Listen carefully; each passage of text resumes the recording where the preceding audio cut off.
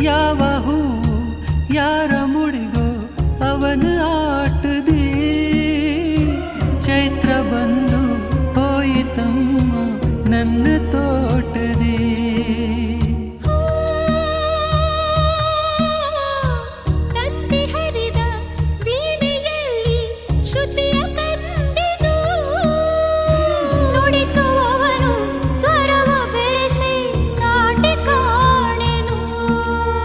ಬಾಳಲ್ಲಿ ಪಡೆದುದು ಏನೋ ಅರಿಯದೆ ಕಳೆದುದು ಏನೋ ಕಾಣದ ಕೈಗಳ ಸ್ಪರ್ಶ ಮುಂದೆ ತರುವುದು ಏನೋ.